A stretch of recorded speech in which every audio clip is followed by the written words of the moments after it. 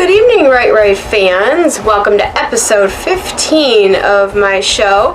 If you're new to my channel, my name is Andria. I am an indie author, and what I like to do is help other indie authors by reading and reviewing their books. So if you're interested in having your book reviewed by me, please click the link below to review my guidelines. I'm about as picky as any agent, but you know, who isn't, right? Right. So on today's episode, I have just finished reading a book by the Miss Camille Caliman, and she has written this wonderful story. It's like a Celtic Japanese fairy tale called The Quest for Og, and it's an epic fantasy tale of an enchanted giant, an abandoned girl, and their pasts that are out to get them. Sounds pretty interesting, isn't it? I notice I just say that word a lot, don't I? I know. I'll try not to so much. Anyways, The Quest for Og is this beautifully written, very cute little fairy tale. I could not stop reading. The first chapter of this book it drew me in right away. One thing I really liked was the font. It's got this cute little Asian-like font, and it's just really cute. And every chapter is headed by little arches. I forget what they call those in Japan, or gates or something, which I'm actually embarrassed I don't know that because I actually have studied a lot of Japanese culture. I've read Memoirs of a Geisha, but she has this little glossary in the back, and it gives you all these Japanese words that she uses in the book. And okay, so to get into the story, it deals with this girl who is saved from her burning caravan by a giant. And in this world, giants eat people, okay? But for some reason, this giant doesn't want to eat her. He doesn't want to eat Sadira. Sadira's the girl, and Og is the giant. And in return for saving her life, Og makes a deal with the girl, and he wants her to help him go on a quest to recover his true form, which is a human. So reluctantly she agrees, and they start off journeying together, and they are not the best of friends at first.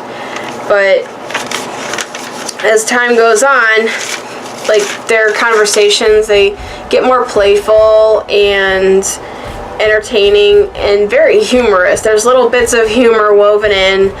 I did not want to stop reading this book every time I'd pick it up. Like, you know, I usually read before I go to bed, so I would lay down and start reading, and then it was like, come on, Andrea, you gotta get up for work the next morning. So I'd have to put the book down reluctantly.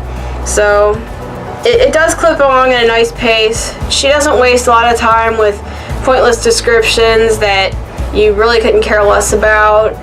On the other hand, there were a couple things I would have liked to have seen a little more description about, but you could tell Camille Caliman is a very talented writer. There was a couple of things about this world that Camille Caliman creates, which is a lot different than our world. Like, imagine a world where it's kind of like Japan, but there's some Celtic and Irish elements thrown in. One of the things I thought was really humorous was, in this world, cooking is thought of as men's work. Haha. It's like, can I live there? There wasn't a lot of characters, but I thought each and every one that we did meet, they were all pretty three-dimensional.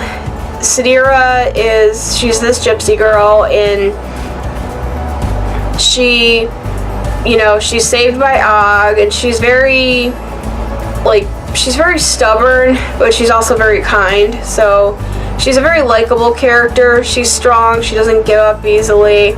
And then there's Og, who's this human who is transformed into a giant. Now, he can be temporarily transformed by Sadira into a human-sized person, because she can use this magic called Ofuda, which involves writing words onto a scroll and then speaking, like pouring her energy into them, and then she can make things happen. So there's a little bit of magic woven into this story, and they sometimes get into funny situations. And one of my favorite parts of the book was where Sadira has to go steal this crown from a queen, and she meets these three brothers, and all the brothers, they're all different, but yet they're all very much alike, and they all kind of take care of her one by one. I thought some of the places and the scenarios could have used a little bit more description, but they weren't very. I could have used a bit more help on imagining this world. I don't even remember if it had a name. I thought the book was very imaginative.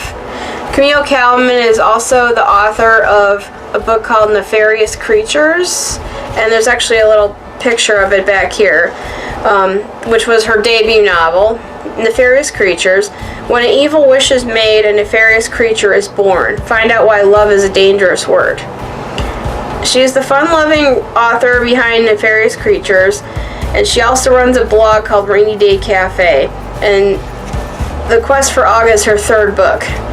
She also has another book called The Captain and Other Stories. She puts out a newsletter, and I got to meet her in person. She's very nice, and I got my book autographed. It's so cool. I love it. But one thing that makes this video a little different from my other videos is this is the first one where I finally got my video camera. It's January and it's freezing cold in this attic, but it's the best place to film because there's no noise up here. There is literally no vents that put heat up here. So how do I keep warm? Lots of robes and electric fireplaces and a warm sense of humor. I was going to wear my bathrobe, but then I would have looked too much like Dumbledore, so I decided to skip that. But anyways, thanks for watching, and I hope to see you in episode 16. Thanks for watching. Goodbye.